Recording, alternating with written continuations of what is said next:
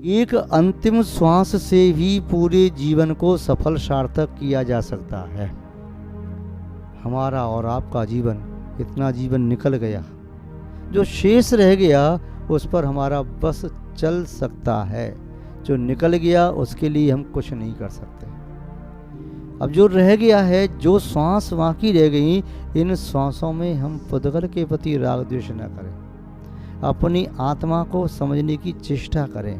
उपयोग को पुद्गल में न लगा करके आत्मा में लगाने का प्रयास करें, पुरुषार्थ करें, क्योंकि ये आत्मा इस पर्याय से ही जानी समझी जा सकती है, अनुभव किया जा सकता है। अन्य पर्याय तो ऐसे ही हैं जिनमें आत्मा का परिज्ञान या भान नहीं हो सकता। महानुभाव, जीवन का सार इसी में है कि हम अपनी सांसों को सार्थक करें। वह सार्थक करने का उपाय भी यही है कि हम अपनी हकीकत को जान लें कि मैं शरीर नहीं हूँ, मैं आत्मा हूँ, चैतन्य में आत्मा हूँ, वह स्वानुभव गम्य हूँ और अपनी आत्मा के उपयोग को आत्मा में लगाना है। अनादिकाल से पुद्गल में लगाता आया, उससे मुझे कुछ भी नहीं मिला, किंतु अब मैं आत्मा के वैभव को प्राप्त करके रहूँगा।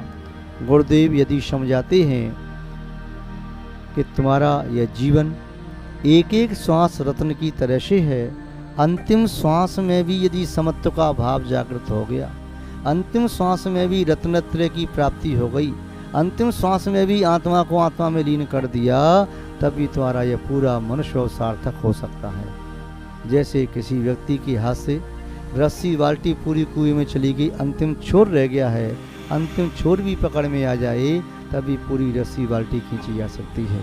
इसी तरह से हम अपने जीवन को सफल और सार्थक करने की कोशिश करें।